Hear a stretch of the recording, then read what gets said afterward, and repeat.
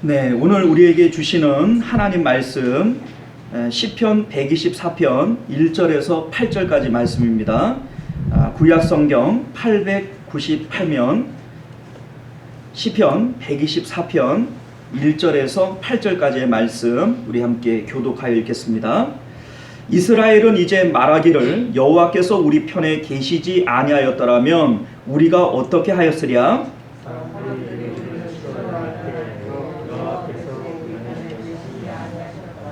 그때의 그들의 노여움이 우리에게 맹렬하여 우리를 산채로 삼켰을 것이며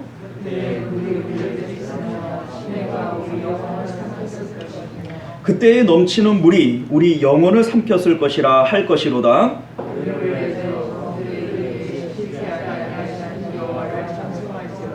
우리의 영혼이 사냥꾼의 올무에서 벗어난 새같이 되었나니 올무가 끊어짐으로 우리가 벗어났도다. 아멘. 자, 우리 잠시 기도합니다. 은혜로우신 우리 주 하나님, 우리에게 2021년도를 새롭게 허락하시고 선물로 주신 하나님을 찬양합니다. 우리가 이 새해를 맞이하면서 하나님의 말씀 위에 우리의 삶의 주초를 놓기를 원합니다. 하나님의 말씀 받을 때에 믿음으로 받고 기쁨으로 받아서 이 말씀 위에 우리가 2021년도에 새 집을 짓게 하시고 하나님 앞에 영광이 되고 우리 삶 가운데 은혜가 되는 그러한 귀한 말씀 되게 하여 주시옵소서. 거룩하신 우리 주 예수님 이름으로 간절히 기도드리옵나이다. 아멘. 사랑하는 성도 여러분, 하나님께서는 우리에게 또다시 2021년 새해를 선물로 주셨습니다. 이 새해를 맞이하신 여러분들을 주님의 이름으로 축복합니다. 아멘. 지난 한 해는 전 세계가 코로나19 감염증으로 인해서 걱정하고 두려워했던 그러한 한 해였던 것 같습니다. 심리적으로나 경제적으로 피해를 보신 분들이 많이 있었으리라 생각이 되어지고요. 그런데 중요한 것은 아직도 이 전염병은 사그라들 기미가 보이지 않는다는 데 있습니다. 오히려 영국, 호주, 일본 등지에서는 변종 바이러스가 발견이 되어지고 우리나라에도 이 변종 바이러스가 한 가정에 의해서 들어왔다라고 하는 보고가 매스컴을 통해서 우리에게 들려집니다. 많은 분들이 백신 무용론을 제기하고 있고 또 실망과 불안감 가운데 2021년도를 우리가 맞게 되어졌습니다. 많은 분들이요, 새해가 되어지면 희망을 갖습니다. 올해는 좋은 일들이 있을 거야. 자, 그런데 이러한 희망을 노래하기에는 현실적으로 암담한 사건들이 우리 앞에 너무나 많이 있어요. 그런 의미에서 우리 오늘 본문을 통해서 성도의 위기의식이라고 하는 제목으로 하나님 말씀을 함께 나누고자 합니다. 성도가 가져야 할 참된 위기의식은 무엇인가? 우리 삶 앞에 진짜 위기는 뭐냐라고 하는 것을 우리가 말씀을 통해서 되짚어 보기를 원합니다. 자, 오늘 말씀의 표제어는 다윗의 시 성전에 올라가는 노래라고 되어져 있어요. 시편 120편에서 134편까지가 총 15편 모두 성전에 올라가는 노래라고 표제어가 붙어 있는데요. 소위 성전을 향하여 순례의 길을 걷는 그런 성도들에게서 불려지는 노래, 이게 바로 성전에 올라가는 노래, 또 다른 의미에서는 순례자의 노래, 이렇게 이제 부르고 있습니다. 자, 이러한 순례자의 노래가 오늘날 성도들에게는 어떠한 영적인 의미를 줄 것인가 라고 하는 부분을 우리가 좀 생각해 봐야 되는데요. 우리에게 진정한 성전, 참된 성전은 저 하나님 나라에 있어요. 모세가 하나님 나라에 있는, 그 천국에 있는 성전의 모형을 하나님으로부터 받고 그리고 만든 것이 바로 성막입니다. 자, 그런 의미에서 보면 우리 성도들이 이 땅을 살아가는 것이 순례자의 삶이요, 또 그러한 우리 성도들에게서 고백되어지고 찬양되어져야 할 것이 바로 성전에 올라가는 노래가 되어질 것이 아닌가, 이런 생각이 되어지는 거죠. 그런 의미에서 성전에 올라가는 노래는 오늘날 성도들의 노래다, 이러한 생각이 들게 됩니다. 사실 사람들은 누구나 위기의식을 가지고 있어요. 그런데 특별히 오늘 124편의 주제는 진짜 위기는 뭐냐 라고 하는 부분에 있습니다.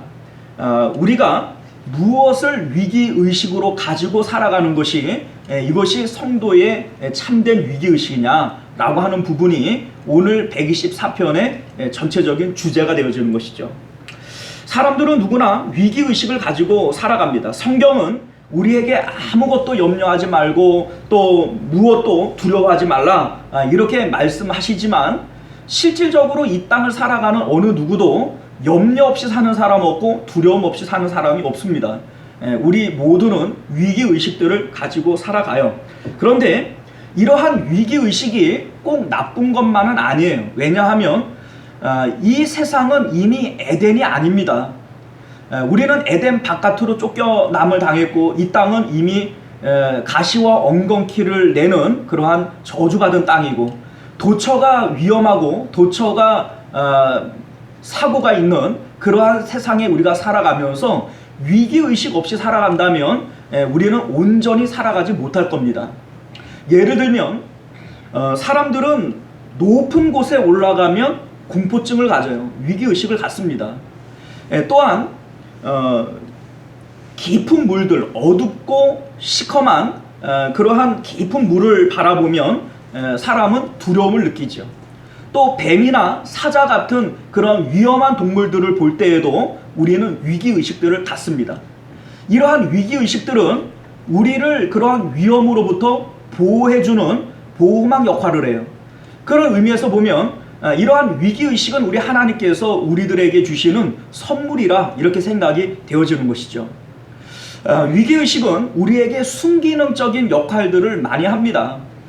예를 들면 국가가 되었던 기업이 되었던 개인이 되었던 위기의식 없이 살아가면 큰 어려움을 당하게 되어져 있습니다. 예를 들어 국가가 위기의식을 느끼지 않는다면 자주 국방을 못해요. 위험을 감지하니까 국방을 키우고 경제를 키우고 뭐 그런 위험으로부터 나라를 보호하는 거 아니겠어요? 기업들도 마찬가지입니다. 기업들도 위기를 느낄 때 더 빠른 발전, 더 큰 발전을 해낼 수 있는 거고요. 개인들도 마찬가지죠. 그러한 위기를 느낄 때 우리는 더 자기를 개발하게 되어지고 그 더 나은 방향으로 나아갈 수 있게 되어지는 겁니다. 자, 그런데 이 위기의식이 좀 지나치게 되어지는 것도 문제예요. 왜냐하면 위기의식을 지나치게 가지게 되면 불안장애라고 하는 심리적 병을 앓게 되어지고요. 정상적인 생활을 할 수 없게 되어져요. 또 한 가지는요. 위기를 정확하게 진단해내지를 못하고 엉뚱한 곳에 자기의 위기가 있다라고 오해하는 경우들, 이거 큰 문제가 되어집니다. 자, 뭐 예를 들면 국가가 위기를 잘못 진단하는 경우가 있어요. 뭐 예를 들면 우리나라 임진왜란 때 조선이라고 하는 나라는 언제나 북방을 의식하며 살아갑니다. 명나라가 됐던 주변에 있는 오랑캐가 되어졌던 북쪽이 언제나 위험하다라고 생각했고 남쪽 그 일본을 그냥 외다 이렇게 얘기를 해서 상당히 무시하는 경향들이 있었어요. 그래서 북쪽과는 명나라와 사대 관계를 맺음으로써 자신들의 안전을 보장받을 수 있다라고 생각했습니다. 그러나 일본에 대해서는 상당히 도외시했던 거예요. 그런데 어느 날 일본이 15만 대군을 이끌고 명나라를 정복하겠다고 그 정명가도를 외치며 쳐들어올 걸 누가 알았겠어요. 자, 그러니 속수무책으로 당할 수밖에 없었던 거죠. 자, 그런 의미에서 보면 위기를 정확하게 진단하지 못한 결과가 나라의 그런 어려움으로 다가오게 된 것이죠. 기업들도 마찬가지입니다. 기업들은 보통 좋은 물건을 만들어서 잘 팔면 그것으로 모든 문제가 오케이 된다라고 생각을 해요. 그런데 실질적으로 보면 물건을 잘 만들고 잘 팔매도 불구하고 흑자 부도를 내는 기업들 얼마든지 있습니다.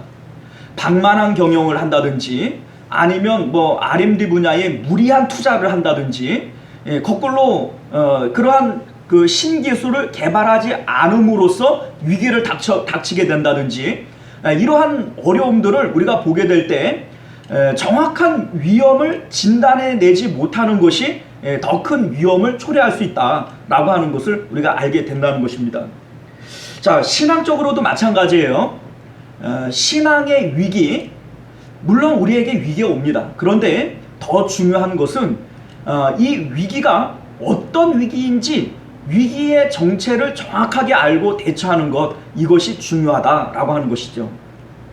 자, 오늘 본문 내용을 보면요, 다윗은 개인적, 민족적으로 위기 상황 가운데 놓여져 있습니다. 그리고 이 위기는 영적인 위기라기보다는 실질적인 물리적 위기에 대해서 말하고 있는 것처럼 보여져요.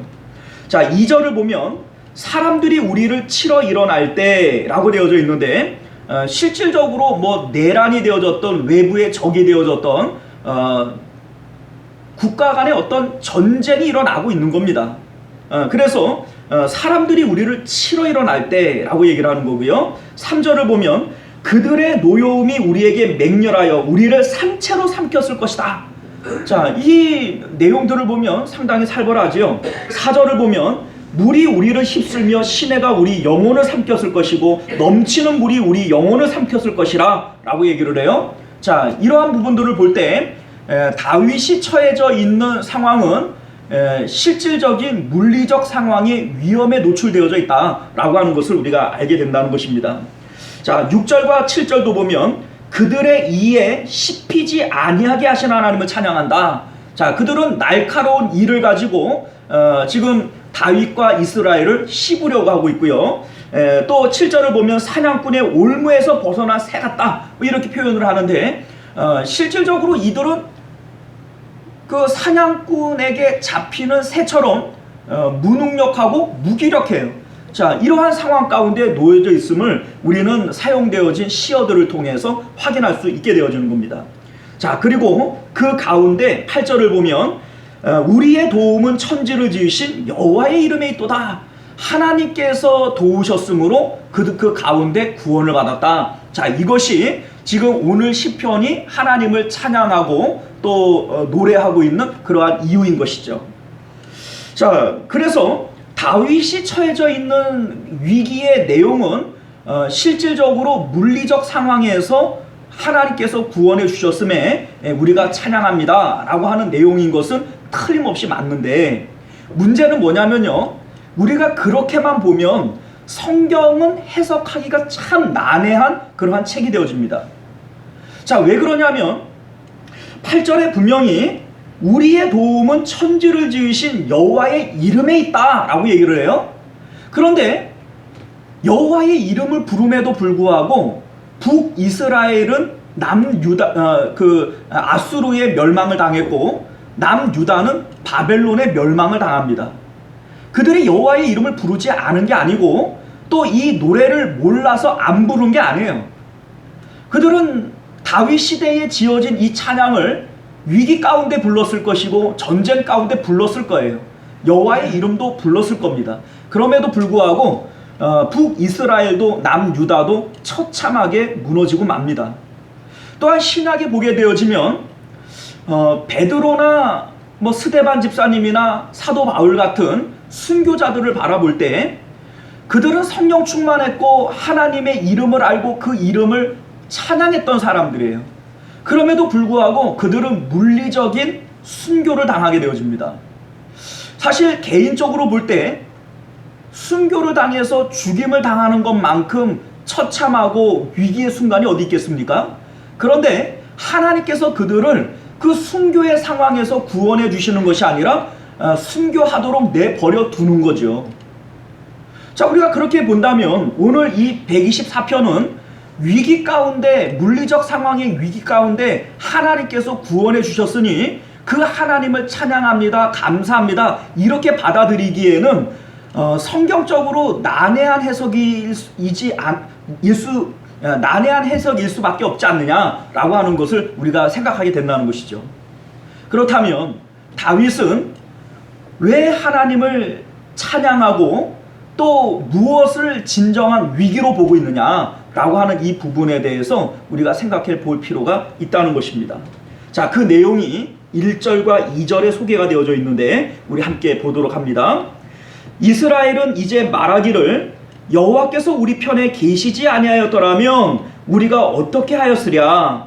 사람들이 우리를 치러 일어날 때에 여호와께서 우리 편에 계시지 아니하였더라면 이라고 얘기를 해요. 자, 다윗은 전쟁의 상황 가운데 목숨의 위협을 받는 상황 그 자체를 위기라고 말하고 있지 않습니다. 분명히 적들이 일어나서 우리를 치는 상황이고 그들의 이가 날카롭게 우리를 씹으려고 하는 상황이고 그들의 진노가 우리를 삼키려고 하는 상황인 것은 맞아요. 그러나 그것 자체를 위기라고 얘기하는 것이 아니라 그러한 때에 여호와께서 우리 편이 아니었으면 어떡할 뻔했느냐라고 지금 얘기하고 있는 거예요. 다윗이 말하고 있는 진정한 위기는 하나님이 우리 편이 아니라면 어떻게 뻔했느냐, 하나님이 그들의 편이었으면 어떡할 뻔했느냐라고 하는 것을 진정한 위기로 지금 보고 있다라는 것이죠. 자, 왜 그런가? 이 상황을 우리가 이러한 예화로 한번 풀어볼 수가 있을 것 같습니다. 자, 어떤 사냥꾼이 있어요. 이 사냥꾼이 호랑이를 잡기 위해서 산으로 들어갑니다. 자, 호랑이를 추격하는 가운데 총을 쏴요. 그런데 총이 계속 빗나가는 거예요. 그러다가 가지고 있는 총알을 모두 허비하게 되어집니다. 자, 이제 총알이 떨어졌으니 사냥꾼은 호랑이를 추격하는 것을 멈추고 이제 산을 내려오려고 하고 있어요. 그런데 이 호랑이가 영물 아니겠어요? 이 호랑이가 어떻게 그 사실을 알았는지는 몰라도 사냥꾼이 내려가는 그 길목을 가로막습니다. 그리고 어슬렁어슬렁 사냥꾼이 있는 쪽으로 걸어오는 거예요. 자, 그러다가 이 사냥꾼과 호랑이가 두 눈이 마주쳐요. 사냥꾼은 진땀을 뺍니다. 그리고 허겁지겁 뒷걸음질 치면서 양쪽 주머니, 호주머니 막 다 살펴보는 거예요. 혹이라도 내가 무기로 사용할 만한 것이 있지 않은가, 남겨둔 총알이 있지 않은가, 칼은 있지 않은가 막 찾아보는 거예요. 그러다가 털썩 넘어졌는데 뒷주머니에 총알이 잡힙니다. 자기가 엉겹결에 떨어뜨렸다가 무심코 그냥 뒷주머니에 찔러 놓은 총알 한 발을 발견하게 되어져요. 그리고 그 총알을 장전하고 자기를 향하여 덮쳐오는 그 호랑이를 향하여 쏴서 이 호랑이를 맞춥니다. 그리고 잡는 거죠. 자, 이 사냥꾼이 마을로 내려와서 친구들에게 뭐라고 얘기하겠습니까? 야, 내가 산에 가가지고 호랑이를 만났잖아, 큰일 날 뻔했잖아, 이렇게 얘기를 할까요? 아니면 호랑이를 만났는데 그때에 내게 총알이 없었으면 어떡할 뻔했냐? 라고 얘기를 할까요? 자, 전자입니까? 후자입니까? 후자지요. 사냥꾼은 처음부터 호랑이를 만나기 위해서 산으로 들어갔어요. 그리고 그 호랑이를 잡기 위해서 산으로 갔기 때문에 호랑이를 만난 그 자체는 사냥꾼에게 결코 놀라운 일도 아니고 그리고 두려운 일도 사실은 아닙니다. 문제는 뭐예요? 그 호랑이를 잡을 수 있는 총알이 내게 없는 것, 호랑이를 잡을 수 있는 능력이 내게 없는 게 문제가 되어지는 거죠. 자, 마찬가지입니다. 우리가 살고 있는 이 땅은 죄로 인해서 가시와 엉겅퀴가 있는 땅이요, 저주받은 땅이에요. 우리가 어떤 위기를 만났을 때 이 위기만 내가 어떻게 잘 극복하면 이젠 두 번 다시 위기가 없을까요? 아니에요. 우리는 그 위기를 이겨내도 또 다른 위기가 우리를 덮쳐옵니다. 우리의 삶 가운데 걱정, 근심, 무거운 짐 안 잊은 때가 언제 있습니까? 우리 삶은 끊임없이 문제들로 둘러싸여져 있어요. 문제는 그 문제들을 해결할 수 있는 능력, 그 능력이 되신 하나님이 내게 있느냐라고 하는 이것이 우리에게 문제가 되어지는 겁니다. 지금 다윗은 지금 그걸 노래하고 있는 거예요. 지금 우리보다 강한 적들이 쳐들어오고 있고 그들의 진노는 맹렬하여 우리를 삼키려고 하고 그들의 이는 날카로워서 우리를 씹으려고 합니다. 그러나 그것 자체가 위기가 아니라 그때 우리 하나님께서 우리 편이 되어주지 않았다면 이거 어떡할 뻔했느냐라고 얘기하는 것이 다윗이 갖고 있는 진정한 위기의식이었다는 것이죠. 자, 그런데 오늘날 많은 사람들이, 우리 신앙인들이 이 위기에 대해서 오해하는 경향들이 많이 있습니다. 자, 그것을 우리는 기도를 통해서 확인할 수 있어요. 하나님, 내게 꼭 돈이 필요한데 나 지금 돈이 없어요. 나에게 꼭 건강이 필요한데 지금 내게 건강이 없어요.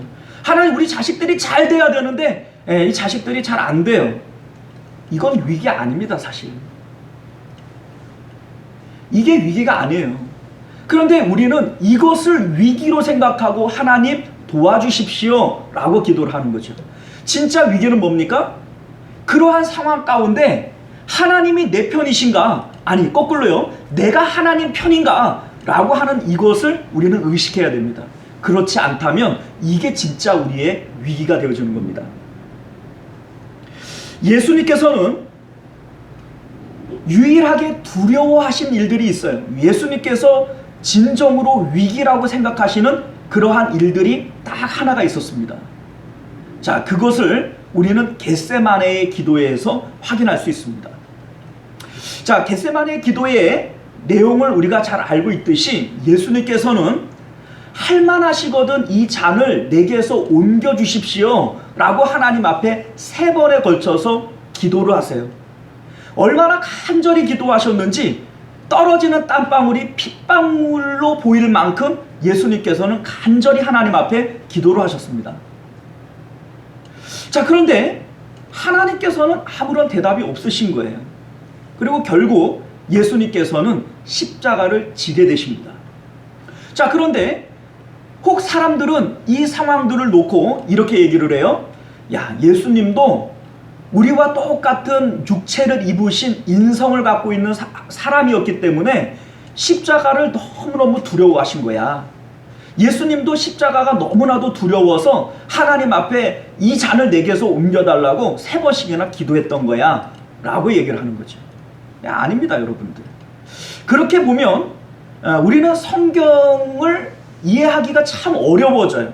왜냐하면 여러분들, 베드로는 우리가 알다시피 그 십자가를 자청하여 거꾸로 지고 순교하지 않습니까? 스데반은 돌에 맞아 죽으면서도 그 얼굴이 천사의 얼굴처럼 변하여서 죽음을 두려워하는 것이 아니라 오히려 자기를 돌로 치는 자들을 축복하고 그들을 위해서 기도하며 죽지 않습니까? 사도 바울이 언제 죽지 않기 위해서 발버둥 치며 죽지 않으려고 뭔가 노력한 흔적이 있던가요? 그런데 예수님께서는 그들보다 약골이라서 죽음을 두려워하셨단 말입니까? 그 말이 안 되잖아요. 말이 안 되죠. 그러면 예수님께서는 무엇을 진정으로 두려워하셨던 것일까? 자, 그것을 우리는 예수님께서 십자가 위에서 하신 가상칠언 가운데에서 이유를 발견하게 되어집니다. 예수님께서 이렇게 기도를 하세요. 엘리 엘리 라마 사막다니. 자, 무슨 뜻입니까? 아버지여 아버지여 어찌하여 나를 버리시나이까. 예수님은 하나님으로부터 버림받는 것을 두려워했던 거예요. 나를 보내신 이가 나와 함께 하시도다. 예수님 안에는 언제나 하나님의 영이 충만했어요. 하나님이 나의 사랑하는 아들이고 내가 기뻐하는 자라고 늘 예수님에게 확인시켜 주셨어요. 예수님과 하나님은 언제나 한 분으로서 이 땅 가운데서도 존재했던 거예요. 그런데 예수님께서 세상의 죄를 지고 십자가를 지는 그 순간만큼은 하나님께서 사랑하는 아들 예수님이라고 할지라도 버리시는 거예요. 어찌하여 나를 버리시나이까. 하나님과의 교감이 느껴지지 않고 하나님과의 모든 관계가 끊어진 그 상태를 예수님은 너무너무 두려워하셨던 것입니다. 그래서 하나님, 나는 죽는 그 한순간만이라도 하나님과 분리되어지고 떨어지는 그것을 도저히 견뎌낼 수 없을 것 같습니다. 하나님, 이 잔을 내게서 옮겨주십시오. 이것이 바로 예수님의 기도의 내용이었던 것이죠. 예수님께서는 그토록 두려워하신 그 일들, 하나님과 관계가 끊어지고 하나님이 내 편이 될 수 없는 그 상황, 그런데 우리는 그 상황을 너무나도 만만히 봐요. 너무나도 쉽게 보는 거죠. 예수님께서 땀방울이 핏방울이 되도록 그렇게 간절하게 기도했던 그 내용이 우리에게는 없어요. 하나님과 관계가 끊어지는 것, 하나님과 내가 멀어지는 것, 이거를 우리는 너무나도 쉽게 생각한다는 것이죠. 예수님께서는 우리에게 진짜 두려워해야 할 것이 무엇임을 가르쳐 주십니다. 마태복음 10장 28절 이하를 보면요, 몸은 죽여도 영혼은 능히 죽이지 못하는 자들을 두려워하지 말고 오직 몸과 영혼을 능히 지옥에 멸하실 수 있는 이를 두려워하라 라고 말씀하십니다. 자, 이 세상에 어떤 것보다 두려워해야 할 것은 내가 하나님 편에 서지 못하는 거예요. 하나님이 내 편이 되지 못하시는 것이, 이것이 가장 두려운 문제입니다. 내 몸이 병드는 것, 혹은 내 몸이 죽는 것, 또 내 재산을 잃어버리는 것, 이러한 것들은 결코 두려운 일들이 아닙니다. 왜냐하면 결국은 이 모든 것들은 잃어버리는 날이 반드시 올 것이기 때문이죠. 그것이 먼저 되고 나중 되는 차이가 있을 뿐이지, 결국 우리는 건강을 잃어버릴 것이고 목숨을 잃어버릴 것이고 여러분들이 모아온 이 모든 재산들을 땅에 두고 갈 겁니다. 그건 두려운 일이 아니에요. 진짜 두려운 일은 뭡니까? 우리의 몸뿐만 아니라 영혼까지 관장하신 그 하나님과 우리가 관계가 끊어지는 거예요. 그 하나님이 내 편이실 수 없고 내가 하나님 편이지 못한 것이, 이게 우리가 정말로 두려워할 일이라는 겁니다. 예수님께서는 우리에게 어떻게 하나님 반대편에 서게 되는지에 대해서 그 과정들을 마가복음 10장을 통해서 보여주십니다. 자, 어떤 한 부자 청년이 예수님을 찾아와서 물어요. 예수님, 내가 어떻게 해야 영생을 얻을 수 있겠습니까? 자, 예수님께서는 그 청년에게 네 모든 재산을 팔아 가난한 자들에게 나누어 주고 너는 나를 쫓아오라, 이렇게 명령하십니다. 이 청년은 갈등하다가 결국은 예수님의 말씀에 순종하지 못하고 고민하면서 되돌아가 버려요. 자, 우리는 이렇게 생각하기 쉬워요. 자, 예수님께서는 이미 그 청년이 그 말씀, 명령에 순종하지 못할 것을 알고 있었어. 그래서 이 청년에게 자기의 주제를 좀 알라고 이런 말씀을 하신 거야. 과연 그럴까요? 그렇지 않습니다. 마가복음 10장을 보게 되면 이렇게 기록이 되어져 있어요. 21절에 보면 예수께서 그를 보시고 사랑하사 이르시되 내게 아직도 한 가지 부족한 것이 있으니 가서 내게 있는 것을 다 팔아 가난한 자들에게 주라. 자, 예수님께서는 이 부자 청년을 사랑하사 하신 말씀이에요. 그를 보시고 사랑하사 이르시되. 자, 예수님께서 이 부자 청년을 시험하시려고 하는 것도 아니고 이 부자 청년이 못할 것을 아시고 그냥 한번 툭 던져본 말씀도 아니고, 예수님은 진지하게 정성껏 이 지금 부자 청년을 대하고 있는 겁니다. 그리고 그를 사랑하사 하신 말씀이 그 모든 재산을 버리고 너는 나를 따라오라는 것이죠. 자, 왜 예수님께서는 이 부자 청년에게 이렇게 혹독한 말씀을 하신 걸까요? 자, 이 상황을 영적으로 보면 이런 삼각관계가 형성되어지는 것을 우리는 알게 됩니다. 자, 사람은요, 누구나 행복을 추구하는 존재예요. 행복이라는 것을 구체적으로 얘기를 하자면 기쁨과 만족을 누리기 위해서 사는 존재라는 겁니다. 자, 기뻐하고 만족하는 게 행복 아니겠어요? 자, 사람들은 누구나 기뻐하고 만족하고 행복하기를 원하며 살고 있어요. 자, 여러분들, 나 뭐 먹지? 뭘 위한 겁니까? 무엇을 먹어야 내가 행복하지? 이 얘기죠. 나 뭐 입지? 마찬가지입니다. 내가 어떤 옷을 입어야 기쁨이 있고 만족이 있고 행복할까? 라고 묻는 거 아니겠어요? 나 뭐 하며 살지? 어떻게 살지? 이런 모든 행동들이 사실은 내가 행복하기 위한, 행복을 찾아가기 위한 그런 결정들이다 라고 하는 것을 우리가 조금만 생각해 보면 알게 됩니다. 그래서 고대의 철학자 아리스토텔레스는 사람을 정의하기를 행복을 추구하는 존재로 그렇게 정의한 바가 있는 것이죠. 자, 그런데 자, 이 부자 청년이 행복하고 싶어요. 그래서 예수님을 찾아온 거죠. 예수님, 내가 어떻게 하면 영생이라고 하는 행복을 얻을 수 있지요? 라고 물어본 겁니다. 자, 그랬더니 이 부자 청년을 사이에 두고 돈이 있고 그리고 하나님이 있어요. 그리고 서로가 이 부자 청년에게 내가 행복을 줄 수 있다고 말을 하는 거예요. 자, 이 돈이 먼저 얘기를 합니다. 야, 이 청년아, 너 내게로 와라. 내게로 오면 내가 많은 돈의 유익을 가지고 너를 기뻐하고 만족하게 해줄게. 내가 너를 행복하게 해줄 수 있다니까. 이렇게 돈이 얘기를 하는 거예요. 그랬더니 앞에 있던 하나님께서 부자 청년에게 이렇게 얘기를 합니다. 얘야, 아니야. 돈 가지고 너는 진짜 행복을 누릴 수 없어. 너 내게로 와. 내게로 오면 내가 너에게 진짜 행복을 줄 수 있어. 라고 얘기를 하는 거죠. 이 부자 청년이 마음의 갈등을 느껴요. 돈을 선택할 것인가? 하나님을 선택할 것인가? 그런데 이 부자 청년은 고민하다가 아무래도 하나님, 돈이 나에게 진짜 기쁨을 줄 수 있을 것 같아요. 라고 생각하며 돈을 선택하고 떠나가는 거예요. 이것이 바로 이 부자 청년에게 보여지는 영적인 의미에서 삼각관계인 것이죠. 자, 지금 이 부자 청년이 돈을 선택했어요. 그러면 하나님께서는 결코 이 부자 청년의 편이 될 수 없는 겁니다. 자, 그런데 사람들은 이러한 상황 가운데에서도 하나님 앞에 이렇게 기도를 하는 거예요.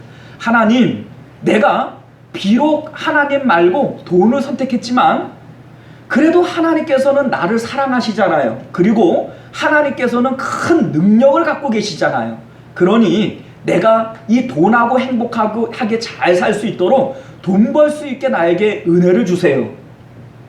이게 오늘날 우리들의 기도의 내용인 거예요. 그러니 하나님께서 우리 편이 될 수 있을까요? 될 수 없는 겁니다. 우리는 이미 하나님과 세상과의 관계에서 세상을 선택하고 하나님에게 우리를 돕는 자가 되라고 얘기를 한다면, 자, 하나님께서 우리의 몸을 지으셨어요. 하나님께서 이 세상을 창조하셨습니다. 그러한 창조자 되신 하나님에게 내가 세상을 선택했으니 하나님께서 세상의 시녀가 되십시오 라고 얘기하는 것과 뭐가 다릅니까? 결국 하나님은 그들의 시녀가 될 수 없는 것이죠. 이스라엘 백성들이 그랬습니다. 이들은 하나님을 버리고 풍요와 다산을 선택하여 바알과 아세라를 섬겼어요. 그리고는 하나님께 제사를 드려 기도합니다. 하나님, 내가 비록 바알과 아세라를 선택하여 풍요와 다산을 선택했지만 하나님은 여전히 우리를 사랑하시고 우리 하나님 아닙니까? 그리고 하나님은 전능하신 능력이 있지 아니합니까? 그러니 우리나라를 축복해서 풍요롭게 하시고 다산하게 하옵소서. 이들의 기도의 내용이 어떤 거예요? 그러니 이들이 여호와의 이름을 부름에도 불구하고 아수르에 멸망당하고 바벨론에 멸망당하는 것은 지극히 당연한 일이었던 것이죠. 왜요? 하나님이 우리 편일 수 없기 때문입니다. 만약 하나님께서 이 부자 청년의 마음을 돌이키기 위해서는 어떻게 해야 될까요? 이 청년의 마음을 사로잡고 있는 이 재물을 치시는 일밖에 없습니다. 이스라엘 백성들에게 그들이 그토록 원했던 풍요와 다산을 치심으로써, 그리고 나라가 멸망당하고 자기들이 포로로 끌려가게 함으로써 자기들의 마음을 사로잡았던 풍요와 다산을 없애버림으로써 다시 하나님을 찾게 만드는 거예요. 자, 이 부자 청년에게도 마찬가지입니다. 하나님께서 이 부자 청년을 얻기 위해서는 어떻게 해야 됩니까? 그가 마음을 빼앗기고 있는 이 재산을 치는 수밖에 없어요.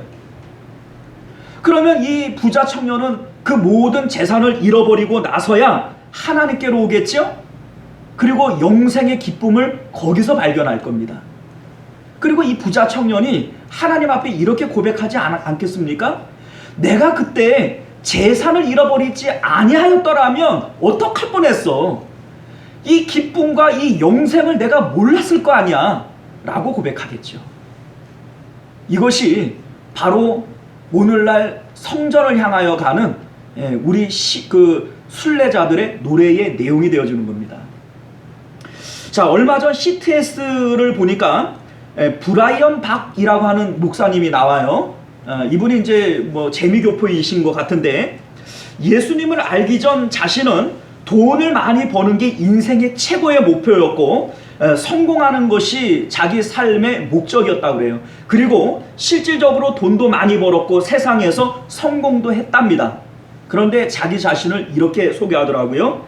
저는 돈 많고 세상에서 성공한 쓰레기였습니다. 이것이 순례자들의 고백인 거예요. 세상에서 돈 많이 벌고 성공하는 것을 사람들은 원해요. 그것을 기도의 제목으로 알고 살아갑니다. 그런데 정말로 하나님을 사모하는 순례자들은 그렇게 살아가는 것을 쓰레기로 고백하는 거예요. 그때 내가 재산을 잃어버리지 않았다면, 그때 내가 건강을 잃어버리지 않았다면, 그래서 내가 하나님 앞에 올 수 없었다면 어떡할 뻔했어 라고 얘기하는 것이, 이게 바로 순례자들의 노래가 되어지는 거예요. 하나님이 내 편이시지 않았다면 어떡할 뻔했어. 내가 하나님 편이 아니라 세상 편이고 돈 편이고 내 자식 편이었다면 어떡할 뻔했어. 이것을 깨닫게 되어지고 이것을 노래하는 것이, 이게 바로 순례자의 노래가 되어지는 것이죠. 사랑하는 성도 여러분, 이제 말씀을 맺도록 하겠습니다. 2021년도를 맞이하는 저와 여러분들의 마음이 희망과 포부도 있지만 알 수 없는 미래에 대한 두려운 마음도 없잖아 있을 것입니다. 그러나 이러한 위기들은 원죄적 속성을 가지고 있는 우리에게 어쩌면 본능적으로 가지고 있고 필연적으로 오는 위기일 것입니다. 그러나 이러한 위기, 이러한 두려움이 진짜 위기도 아니고 진짜 두려움도 아님을 믿음 안에서 깨달으시길 바랍니다. 물이 깊어 문제가 아니에요. 그 물을 건널 수 있는 배가 없음이 문제입니다.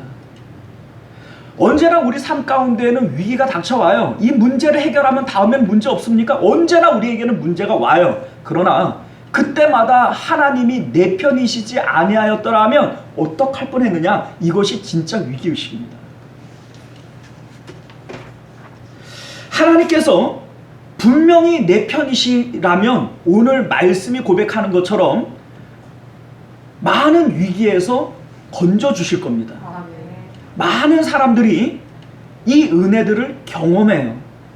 사업의 위기에서 구해주시고, 또 건강의 위기에서 구해주시고, 자녀가 잘못되어지는 그 아픔 가운데에서 하나님께서 지켜주시고, 이러한 은혜들을 많은 성도들이 경험을 합니다. 그러나 이게 전부가 아니에요. 거꾸로 그렇지 않다고 할지라도 베드로의 순교를 하나님께서 허용하시고 스데반의 순교를 하나님이 허용하시듯이 우리가 세상 가운데 물리적인 고통과 아픔을 겪게 하실 수도 있어요. 그럼에도 불구하고 그때에도 우리 하나님이 내 편이시라면 그것은 결코 염려할 일도 두려워할 일도 아닙니다. 왜냐하면 그것은 우리 하나님께서 더 좋은 길로 인도하시기 위한 과정일 뿐이기 때문인 것이죠. 요셉에게 하나님께서 그 고통과 아픔을 허용하셔서 노예로 팔려가게도 하시고 옥에도 갇히게 하시지만 마침내 하나님께서는 그를 총리 대신으로 세우시지 않습니까? 다윗이 사울 왕에게 쫓겨서 얼마나 고생을 합니까? 죽음의 위기 가운데 얼마나 많이 몰립니까? 그러나 그러한 고통을 허락하신 하나님께서 결국은 그를 이스라엘 가운데 불세출의 영웅으로 왕으로 세우시지 않습니까? 하나님이 내 편이시라면 지금 당장 내게 오는 이 고통이 아닌 거예요. 하나님께서는 그것을 축복으로 바꾸실 것입니다. 예수님께서 겟세마네에서 그렇게 기도를 했음에도 불구하고 하나님께서는 하나님의 뜻대로 십자가를 지게 만드셨어요. 그런데 그 결과가 어떻게 됐습니까? 하나님께서는 예수님을 다시 살리실 뿐만 아니라 하늘과 땅의 모든 권세를 예수님에게 맡기시고 그리고 하나님의 보좌 우편에 앉게 하셨어요.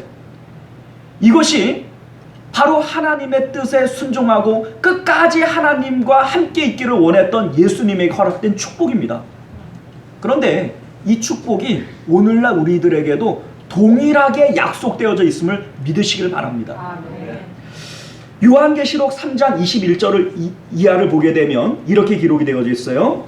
이기는 그에게는 내가 내 보좌에 함께 앉게 하여 주기를, 내가 이기고 아버지 보좌에 함께 앉은 것과 같이 하리라. 귀 있는 자는 성령이 교회들에게 하시는 말씀을 들을지어다. 자, 이게 무슨 뜻이에요?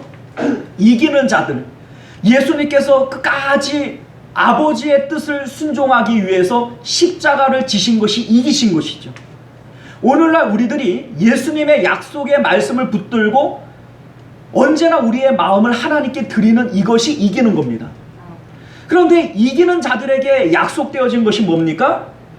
하나님께서 예수님을 보좌 우편에 앉혀주신 것처럼 예수님께서도 예수님이 받으신 그 왕권을 우리와 함께, 나와 함께 왕노릇하자, 나와 함께 다스리자, 이렇게 우리에게 허락해 주시는 거예요. 또한 내가 아버지의 보좌 우편에 앉은 것처럼 너희들도 내 보좌 우편에 앉게 해줄게 라고 우리에게 언약해 주시는 겁니다. 예수님이 하나님을 잃어버리지 않기 위해서 발버둥 치시고 그래서 얻으신 그 축복의 결과와 우리가 이기고 예수님으로부터 받는 이 축복은 동일한 축복이다, 하나도 틀림없이 똑같은 축복이다 라고 하는 것을 성경이 우리에게 말씀하고 있는 것입니다. 사랑하는 성도 여러분들, 2021년도 우리에게는 암울합니다. 답답하지요. 1년 12달 적자만 받고 또 2021년도에도 똑같이 적자 볼 일들이 우리 눈앞에 선해요. 교회들도 마찬가지죠. 교회들도 예배 못 드려요. 헌금 안 들어오니 월세 내기도 힘들어요. 그러나 이게 우리에게 진짜 위기가 아닙니다. 진짜 위기는 우리의 마음이 하나님으로부터 멀어지는 것이요, 내 마음이 세상에 딱 달라붙어서 하나님이 도저히 내 편을 드실 수 없는 그 상황 가운데 몰리는 그것이 우리에게 진짜 위기인 것을 우리는 깨달아 아시기를 바랍니다. 오늘 다윗은 진짜 물리적인 위기 가운데 내몰려 있어요.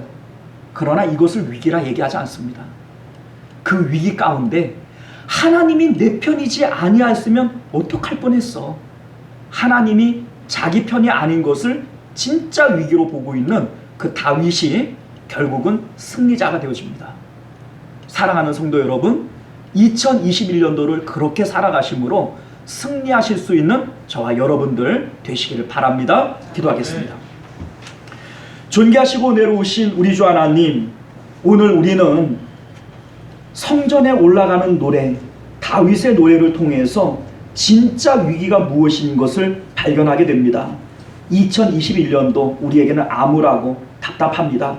그러나 이렇게 물리적으로 찾아오는 이 위기가 우리에게 진짜 위기가 아니라 내가 세상을 선택하고 세상을 두려워한 나머지 하나님 반대편에 서는 그것이 진짜 위기요, 하나님께서 내 편을 드실 수 없는 그것이 나에게 진짜 위기가 되는 것을 우리가 말씀을 통하여 깨달아 아는 저희들 되게 하여 주옵소서. 하나님, 내가 하나님을 선택하고 하나님이 내 편이 되어짐으로 지금 우리에게 닥쳐오는 이 작은 시련이, 이러한 어려움들이 능히 이겨낼 수 있는 힘이 주께로부터 나오고 그리하지 아니한다 할지라도 하나님 앞에 감사하며 하나님께서 이기는 자에게 주실 축복을 바라볼 수 있는 저희들 되게 하여 주시옵소서. 거룩하신 우리 주 예수님 이름으로 간절히 기도드리옵나이다. 아멘. 자, 우리 찬송가 304장 1절 찬양 드리시면서 우리 하나님 앞에 드려진 예물을 봉헌하도록 하겠습니다.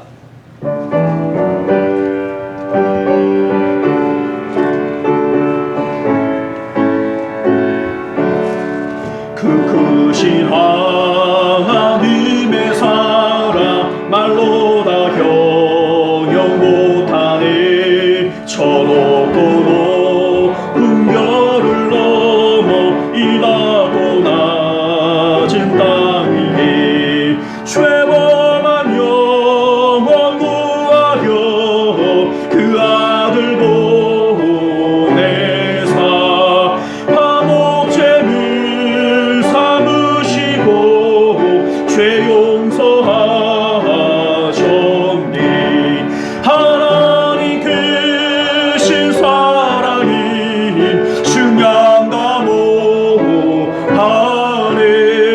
영원히 변치 않는 사랑 성도여 찬양하세. 할렐루야.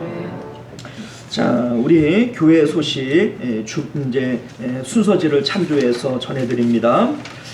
새해를 맞이하신 여러분들께 다시 한번 주님의 은혜와 축복이 가득하시기를 축복드립니다. 우리 1월 3일까지 우리 교회의 예배는 온라인 예배로 진행됨을 알려드립니다. 예배를 자유롭게 드릴 수 없는 상황이 되어졌잖아요. 그런데 이러한 때에 우리의 믿음을 잘 지키는 것이 신앙입니다. 환난과 핍박 가운데에도 성도는 신앙 지켰네. 찬송가의 가사처럼 믿음은 좋을 때 드러나지 않습니다. 믿음은 위기가 닥쳐오고 우리가 신앙을 지키기가 어려운 그때에 우리의 믿음, 진짜 믿음을 알아보는 거예요. 예배를 드릴 수 없는 상황 가운데 옛다 잘됐다, 이때가 정말 예배 안 드리고 교회 안 가니 참 편하구나, 이거 하나님 백성 아니에요. 그건 하나님 백성이 될 수 없는 자들입니다. 목마른 사슴이 시냇물을 찾기에 갈급한 같이 내가 예배를 드릴 수 없으니 하나님 앞에 예배 드리는 그때가 참 그립고 하나님 참 보고 싶습니다. 이게 바로 참된 성도의 고백이 있지 않겠습니까? 자, 우리가 이러한 마음을 갖도록 끝까지 기도하시고 마음을 하나님께로 보내실 수 있는 저와 여러분들 되시기를 바랍니다. 자, 우리 드려진 예물을 위해서 잠시 기도하도록 합니다. 존귀하시고 은혜로우신 우리 주 하나님, 새해의 첫 시간을 하나님 앞에 예배로 바칩니다. 또한 주님 앞에 나올 때에 빈손으로 나오지 않고 하나님께서 우리에게 주신 것들 가운데 귀한 것 예물로 가지고 주님 앞에 나왔습니다. 쓰고 남고 우리가 넉넉해서 하나님 앞에 드리는 것 아니고, 하나님 우리도 쓸 데가 많고 또 할 일도 많이 있지만 하나님을 더 귀히 여기고 하나님이 내게 더 소중함을 고백하는 마음으로 하나님 앞에 드렸습니다. 우리 하나님, 이 예물 주님 받으실 때에 우리의 마음도, 우리의 정성도, 우리의 믿음도 받으시고 하나님 축복하여 주시옵소서. 하나님 앞에 드리고 줄이는 일들 있지 않게 하여 주옵시고, 하나님 앞에 드리고 어려워 쩔쩔매고 끌어다니는 일들 없게 하여 주시옵소서. 하나님, 넉넉히 드렸음에도 불구하고 사르밧 가부의 가루 부대와 기름병이 마르지 아니함같이 하나님, 주의 백성들의 전대가 마르지 않게 하시고 비지 않게 하여 주셔서 하나님께서 살아계시고 능력 많으심이 많은 사람들에게 보여지고 간증되어질 수 있도록 축복하여 주시옵소서. 주님께서 이 시간도 우리의 기도와 간구에 응답하여 주실 줄 믿사옵고 거룩하신 우리 주 예수님 이름으로 간절히 기도드리옵나이다. 아멘. 자, 우리 축도로 예배를 마친 이후에 올해의 말씀 맞기를 하겠습니다. 우리 이제 이 자리에 나오신 분들 우리 위주로 일단 하고요. 오늘 나오시지 못하신 분들은 추후에 나오실 때 그때의 말씀을 전달하는 것으로 그렇게 하겠습니다. 자, 축도로 마칩니다. 지금은 우리를 사랑하사 십자가상 위에서 몸버려 피 흘려 죽어주신 예수 그리스도의 은혜와 그 하나밖에 없는 외아들을 우리를 위하여 아낌없이 내어주실 만큼 극진히 우리를 사랑하시는 하나님 아버지의 사랑하심과 내주하시고 교통하시고 오늘도 우리 가운데에서 선한 일들을 창조하시는 성령 하나님의 인도 보호하심이 오늘도 2021년도를 맞아 하나님 앞에 살기로 결단하고 각오하는 우리 모든 성도님들 가운데, 또 그들의 가정과 자녀들 가운데, 또 그들의 생업과 하는 모든 행사 가운데 함께 있을지어다. 아멘.